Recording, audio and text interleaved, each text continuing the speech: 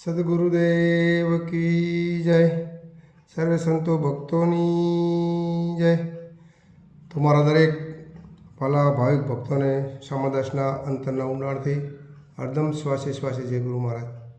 તો આજે આપણા સમક્ષ આપ સર્વની કૃપાથી, આપ સર્વની દયાથી આપણા સમક્ષ આજે આ થોડોક વિડીયો મૂકું છું। ભજન કરવું તો કોનું કરવું અને ભજન કેવી રીતે કરવું એની ટૂંકમાં આપણને આપ સર્વની કૃપાથી મારામાં જે કંઈ છે એના વિશે થોડોક આપણને હું રિલે કરું છું આપની તરફ। એટલે પ્રથમ તો નવા મારી ચેનલ ઉપર હોય તો ચેનલને સબસ્ક્રાઈબ કરજો અને શેર કરજો। છે ભજન કેમ કરવું અને કોનું કરવું એના વિશે થોડીક માહિતી છે।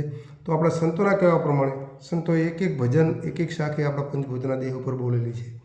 એટલે આ ભજન આપણે કરવાનું છે। ટૂંકમાં કહી દો આ ભજન કયું કરવાનું છે આપણે, તો એ ભજન કયું કરવાનું છે, સદગુરુએ આપેલા વચનનું આપણે પાલન કરવાનું છે અને એ વચન આપણા હૃદયમાં રાખવાનું છે। એટલે ફક્ત ને ફક્ત સુરતાથી ભજન કરવાનું છે।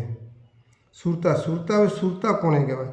તો સુરતા એટલે સુર એટલે શબ્દ થાય, તાર જેનો તાર સદગુરુએ આપેલા શબ્દ હારે લાગી ગયો એનું નામ સુરતા। હવે સુરતાને શબ્દનું મિલન થઈ ગયું, સુરતા શબ્દનો તાર એક થઈ ગયો એટલે એનું નામ સુરતા। સુરતાને શબ્દનું મિલન થયા પછી સંતોના કહેવા પ્રમાણે એ ભજન કેવી રીતે કરવું, એ ભજન કરવા માટે સાહેબ હોઠ ના હાલે, જીભ ના હાલે, કંઠ ના હાલે, તાળવું ના હાલે અને એ ભજન કરવા માટે આ પંચભૂતના દેહનું આપણે સાહેબ ભાન ભૂલવું પડે।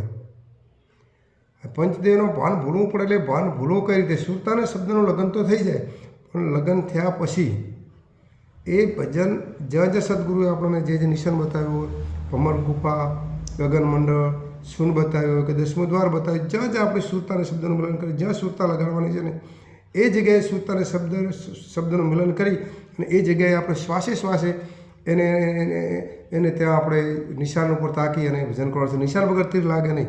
જે સદગુરુ નિશાન વગર તીર ના લાગે, જ્યાં નિશાન બતાવ્યો અહીંયા સદગુરુએ બતાવેલું નિશાન છે, અહીંયા સુરતાને શબ્દનું મિલન કરી અને સીધું અહીંયા આપણી સુરતા લગાડવા છે। એ લગાડવા માટે શું કરવું? એ લગાડવા માટે સાહેબ હોઠના, પહેલાં કીધું એમ કે હોઠના હાલે, જીભના હાલે, કંઠના હાલે, તાળવું ના હાલે, એ ભજન કરવા માટે આ પંચભૂતના દેહનું સાહેબ ભાન ભૂલવું પડે। સુરતાને શબ્દને લગ્ન થયું તો ખરું, લગ્ન થયા પછી જે ત્રીજા નેત્રથી ભજન કરે એ ભજન સાચું।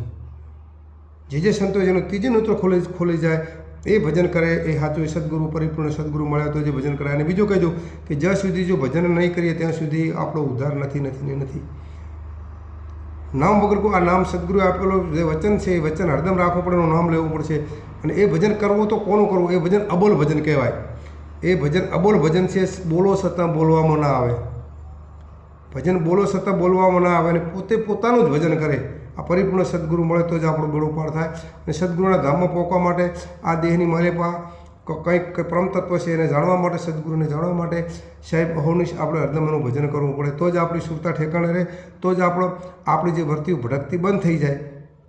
વર્તીઓ ભટકતી બંધ કરવા માટેનું જે સદગુરુનું વચન છે એ વચનને આપણે સુરતા અને શબ્દનું મિલન કરી ત્રીજા નેત્રથી ભજન કરે સાચું અને જેણે ભજન કર્યા એને પરમાત્મા ગોતવા જવાની જરૂર નથી, પરમાત્મા સામેથી મળે। સબરીબાઈએ ભજન કર્યું તો રામે છેલ્લે ગંઢપણમાં પણ અમને દર્શન આપવા જવું પડ્યું।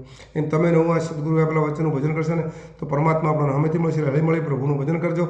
ટૂંકમાં આપ સર્વની કૃપાથી કીધું છે, ઉઠના હાલે, જીભના હાલે, કંઠના હાલે, સુરતા અને શબ્દનું મિલન કરે। હજી કહું છું કે ત્રીજા નેત્રથી જે સદગુરુ આપણને શાન બતાવી છે, શાન બતાવી સતત અને ચોખ્ખું નહીં નિશાન, ખર્ચું તો ખૂટે નહીં ને મળ્યા મન સુગ્રામ। જે સદગુરુ આપણને શાન બતાવી છે એ જગ્યાએ સુરતા શબ્દનું મિલન કરી ત્રીજા નેત્રથી શાન ઉપર હરદમ ભજન કરશો તો જ આપણો બેડો પાર થશે અને તો જ કંઈક કાયાનું કરણ થશે અને કંઈક મનુષ્યનો આપણને આ ફેરો મળ્યો સફળ થશે।